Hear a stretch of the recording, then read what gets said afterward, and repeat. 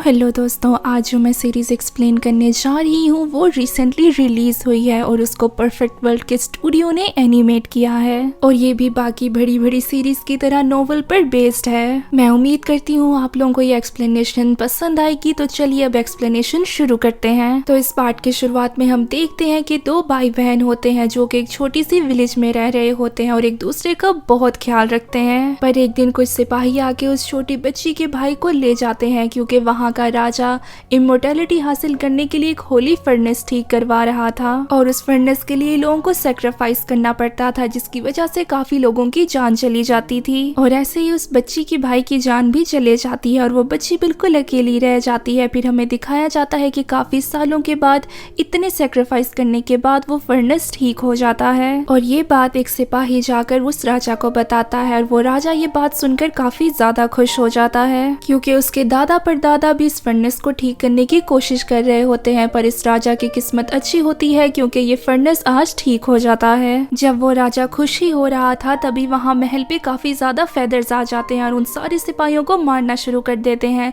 फिर उन फेदर्स में से एक लड़की निकलती है जो कि वही बच्ची होती है जिसके भाई को इस राजा ने मार दिया था। पर अब ये एक होली सेंट बन चुकी है जिसको देखकर राजा डर जाता है और उससे पूछता है कि क्या तुम इस फर्नेस को लेने आई हो। पर वो बोलती है कि नहीं, यहाँ मैं तुम्हें मारने आई हूँ। जिसको सुनकर राजा काफी गुस्सा हो जाता है और वो उस सेंट पर अपने वेपन से हमला करने की कोशिश करता है। पर वो सेंट उस अटैक को काफी इजीली डॉज कर लेती है। जिसके बाद राजा अपने वेपन से एक बड़ी स्वॉर्ड बनाता है पर वो सेंट उस स्वॉर्ड को तबाह कर देती है और राजा को महल से बाहर फेंक देती है। उसके बाद राजा जो किंगडम के ड्रैगन्स होते हैं इसकी प्रोटेक्शन के लिए उन्हें एक्टिवेट कर देता है और फिर उस सेंट पे अटैक करवाता है। लेकिन वो सेंट उन ड्रैगन्स को एक साथ इकट्ठा कर उन्हें खत्म कर देती है। फिर वो राजा पे एक जानलेवा बीम से हमला करती है और राजा मरते वक्त उस सेंट से उस पे हमला करने की वजह पूछता है पर सेंट उसे कुछ नहीं बताती और उसे जान से मार देती है और साथ ही साथ वो सेंट उस किंगडम और उस फर्नेस को भी तबाह कर देती है। जिसके बाद वो ये फैसला करती है कि चाहे उसके भाई ने कहीं भी दोबारा से जन्म लिया हो या फिर उसे उसके भाई को ढूंढने में कितना ही क्यों ना टाइम लग जाए, वो अपने भाई को ढूंढ के रहेगी। और फिर हम देखते हैं कि वो सेंट एक कॉफिन के अंदर रहकर अलग अलग यूनिवर्स में अपने भाई को ढूंढ रही थी और उसके कॉफिन को बहुत सारे ड्रैगन्स खींच रहे थे और वो अर्थ की तरफ बढ़ना शुरू कर देते हैं। और इधर अर्थ के ऊपर इंटरनेशनल स्पेस स्टेशन में कुछ एस्ट्रोनॉट आईएसएस के इशू को ठीक कर रहे होते हैं। पर तभी वो ड्रैगन्स आईएसएस से टकरा कर उसे तबाह कर देते हैं और अर्थ की तरफ बढ़ना शुरू कर देते हैं। और फिर इधर अर्थ पर हम एक लियो नाम के लड़के को देखते हैं जो कि उसी सेंट का भाई था।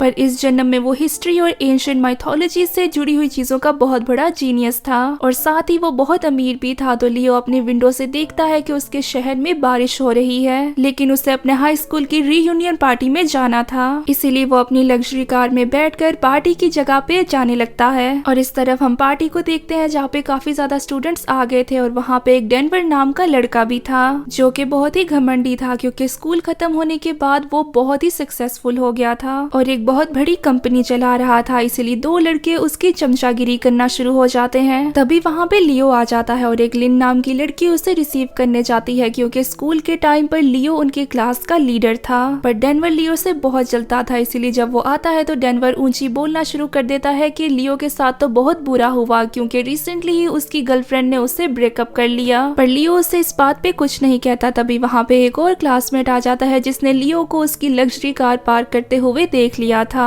और वो उसे उसके कार के बारे में पूछना शुरू कर देता है और डेनवर को ये बात नहीं पता होती कि लियो अब काफी अमीर हो चुका है क्योंकि लियो स्कूल टाइम में एक मिडिल क्लास लड़का था। पर डेनवर अपना रुतबा दिखाने के लिए ये बात बोलता है कि हाँ, कुछ लोग पार्टीज में आने के लिए रेंट पर कार भी ले लेते हैं चाहे उनके जेब में कोई पैसा भी ना हो। ये भी सुनकर लियो उसे कुछ नहीं कहता क्योंकि वो जानता था कि डेनवर शुरू से ही ऐसा है। तभी वहाँ पे लियो की एक्स गर्लफ्रेंड एमिली भी आ जाती है जो कि वहाँ पे अपने अमेरिकन फ्रेंड के साथ आई थी। फिर एमिली और उसका अमेरिकन फ्रेंड वहाँ सबको हेलो करते हैं पर लियो और एमिली के बीच कोई बात नहीं होती। और फिर जब वो सब एंजॉय कर ही रहे होते हैं तो टीवी पे एक अनाउंसमेंट होती है जिसमें वो बताते हैं कि शहर में एक बहुत बड़े तूफान के साथ बहुत तेज बारिश भी आने वाली है। जिसे सुनकर लियो कहता है कि अभी हम सबको घर के लिए निकल जाना चाहिए क्योंकि बाद में प्रॉब्लम हो सकती है। जिसे सुनकर डेनवर कहता है कि साफ साफ कहो ना कि तुम्हें डर है कि कहीं तुम्हारी रेंट पे लिए हुई कार इस तूफान में खराब ना हो जाए, कहीं तुम्हें उसके पैसे ना भरने पड़ जाएं। इसके बाद डेनवर लिन को अपने साथ चलने को कहता है और उधर साथ ही उसके चमचे और एक और लड़की डेनवर से लिफ्ट मांगते हैं, जिसके लिए डेनवर मान जाता है। फिर उसके बाद 2 घंटे बीत जाते हैं और शहर में बारिश की वजह से पानी भर जाता है और वहाँ पे डेनवर की कार फंस जाती है और उनके पास ही एक डैम होता है जो कि ओवरफ्लो की वजह से फट जाता है।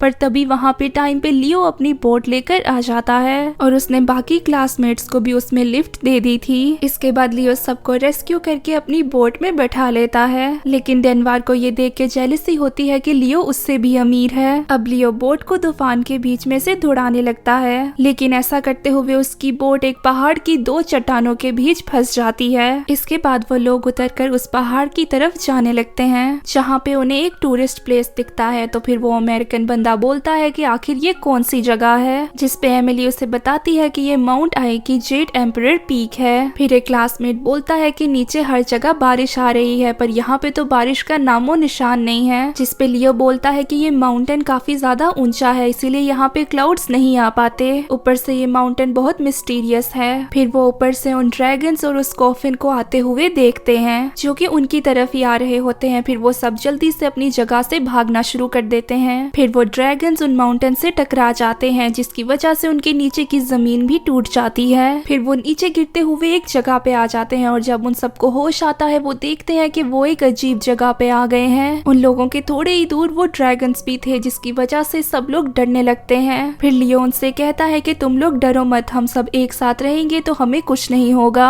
फिर वो लोग वहाँ से नीचे उतरने लगते हैं, क्योंकि उसके नीचे के साइड एक ऑल्टर बना हुआ था, जहाँ पे वो कॉफिन भी घिसते हुए आ गया था। ऑल्टर एक ऐसी जगह होती है जहाँ पे एक ह्यूमन या किसी और चीज का सेक्रीफाइस देते हो। वो लोग उस ऑल्टर और आसपास के स्टैचूज को देखना शुरू कर देते हैं, जिसपे एंशिएंट लैंग्वेज में कुछ लिखा हुआ था। फिर उन टेक्स्ट और उन स्टैचूज को देखकर लियो बोलता है कि ये तो 5 कलर्ड स्टैचूज हैं। तभी लिन उन स्टैचूज के पास जाकर उन्हें फील करने की कोशिश करती है, पर उसके हाथ का ब्रेसलेट उन स्टैचूज के साथ लग जाता है, जिसकी वजह से सभी स्टैचूज चमकना शुरू हो जाते हैं। उनके ऊपर टेक्स्ट निकलकर एक पोर्टल बना देते हैं। इस सब को देखकर किसी को कुछ समझ नहीं आ रहा होता, पर लियो ये देखकर समझ जाता है कि ये एक यिंग यांग पोर्टल है, क्योंकि उसके बारे में लियो ने माइथोलॉजी और हिस्ट्री की बुक्स में पढ़ा था। उसके बाद जैसे इन पोर्टल्स की लाइट उन ड्रैगन्स पे पड़ती है तो वो जाग जाते हैं और उस कॉफिन को उस पोर्टल में लेके जाने लगते हैं। पर तभी उस कॉफिन में से लाइट निकलती है, जो कि सबको उस कॉफिन के अंदर खींच लेती है। फिर उसके बाद वो ड्रैगन्स उस कॉफिन को लेकर उस पोर्टल के अंदर चले जाते हैं, जिसकी वजह से अर्थ का टाइम रीसेट होकर फिर से उसी दिन की सुबह की तरफ चला जाता है। पर इस बार मौसम बहुत साफ था और आईएसएस को भी कुछ नहीं हुआ था।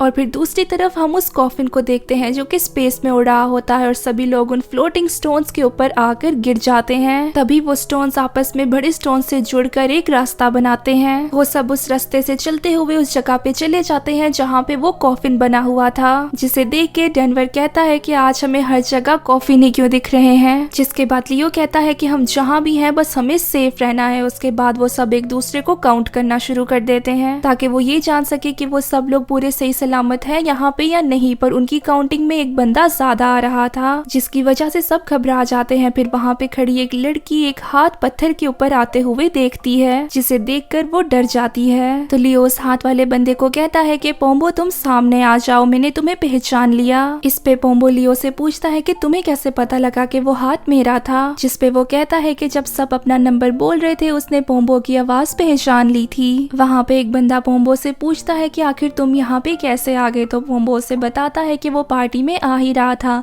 पर बारिश की वजह से वो एक टाइम माउंटेन पे चढ़ गया, फिर वहाँ से यहाँ पे आ गया। फिर वो लोग उस कॉफिन के पास जाना शुरू कर देते हैं, ताकि वो जान सके कि आखिर उस कॉफिन में है क्या।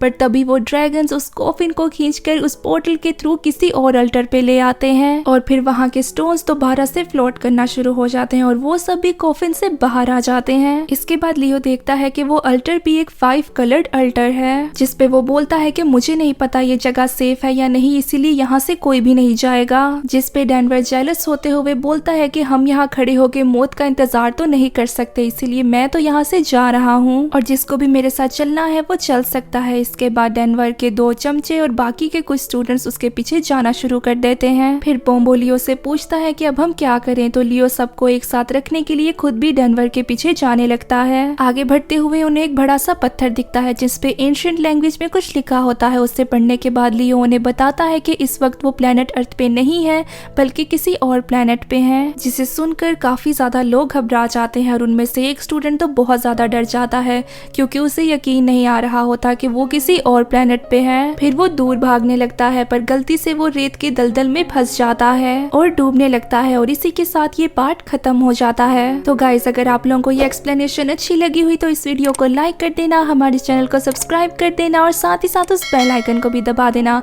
ताकि आप आगे के पार्ट्स मिस मत कर दो। तो मिलते हैं नेक्स्ट वीडियो में, तब तक के लिए बाय चिट चैटर्स।